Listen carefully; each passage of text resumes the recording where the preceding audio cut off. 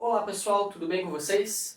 Então hoje a gente vai falar nesse vídeo sobre a sociedade não personificada. E o que é a sociedade não personificada? É uma sociedade que não tenha uma personalidade jurídica, que é conhecida comumente como uma sociedade de fato. Entretanto, eu peço a vocês que não utilizem esse termo sociedade de fato porque ele é um termo errado, tá? A sociedade, ela não é apenas de fato. A sociedade não personificada, ela não é uma sociedade apenas de fato. Ela também é uma sociedade de direito, já que o nosso sistema jurídico cria instrumentos para poder controlar e assegurar o mercado com relação a essa sociedade não personificada. Tá? Ela está descrita, inclusive, no nosso Código Civil, nos artigos 986 e seguintes do Código. Tá? E essa sociedade, ela não tem a personalidade jurídica. E o que é essa personalidade jurídica? Personalidade jurídica é aquela aptidão que você tem, qualquer pessoa, tanto física quanto jurídica, possui para adquirir direitos ou contrair deveres. E uma sociedade, uma pessoa jurídica, ela acaba ganhando essa personalidade jurídica quando ela faz a inscrição da pessoa jurídica no registro próprio, né, conforme são as determinações legais para isso. Se ela não se inscreve no registro público, então ela não tem personalidade jurídica. Isso não impede algumas sociedades de estarem funcionando, elas ficam fora dos registros apenas, ok? Mas elas são protegidas pelo direito.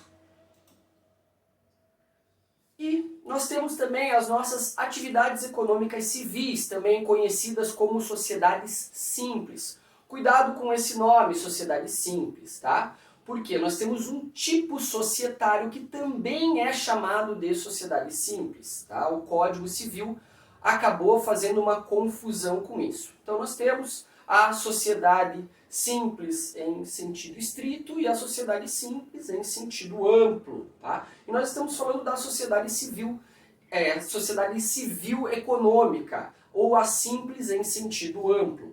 Tá? Então no artigo 966, que é o artigo que define a empresa, ela vai trazer para a gente lá no parágrafo único que não vai ser considerado empresário aquele que exercer uma profissão intelectual, ou de natureza científica, ou de natureza literária, ou uma atividade artística, mesmo que dentro dessas atividades ele conte com o auxílio de colaboradores. Uma secretária, uma assessora de imprensa, um editor, alguma profissão colaboradora nesse sentido. Então, um curador, né, para os artistas, um empresário para os artistas. Então, esse tipo de atividade, mesmo com colaborador, ela não se enquadra nas atividades profissionais do artigo 966, a não ser que dentro desse exercício profissional se constitua um elemento de empresa. De que forma se constitui um elemento de empresa? Se a pessoa efetivamente quiser constituir uma empresa. Então, se eu for um autor literário, eu trabalho com obras de ficção científica. Tenho lá a minha secretária, minha assessora de imprensa, e aí eu constituo uma empresa e eu contrato essas pessoas como minhas funcionárias. Tá? E aí, para fazer isso, eu acabo perdendo o elemento de pessoalidade, de pessoa física, na prestação do serviço. Acabo constituindo um elemento de pessoa jurídica, trabalhando como empresário. Tá? Mas para isso também eu preciso agregar todos aqueles requisitos que a gente já viu e que estão determinados no artigo 966 caput, dentro do Código Civil. Tá? E assim eu posso me encaixar nesse conceito de atividade empresária.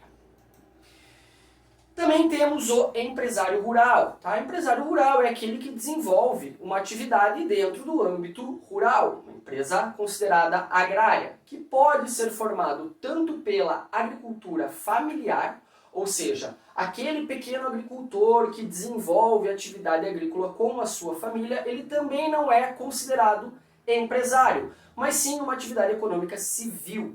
Tá?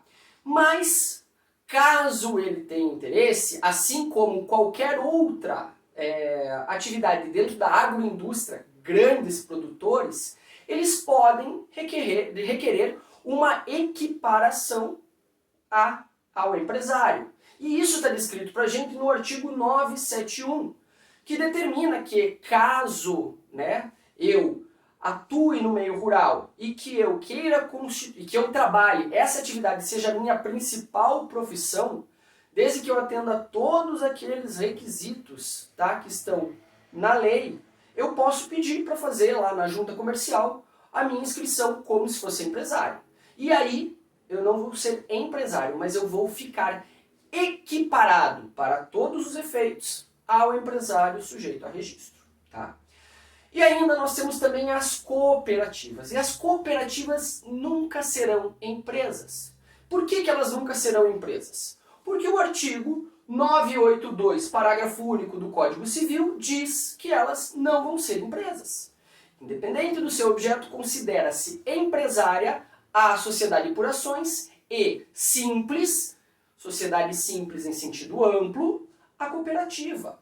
Por causa dos elementos que formam a cooperativa, eles são os elementos de cooperação. Eles seguem esses princípios de cooperação e não atuação de mercado. Portanto, eles estão fora. Tá? E a cooperativa, tá, ela vai estar fundamentada no Código Civil, artigos 1093 a 1096, e também na lei própria das cooperativas, que é a Lei 5764 de 71.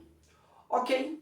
Então, por hoje ficamos por aqui e até a nossa próxima aula.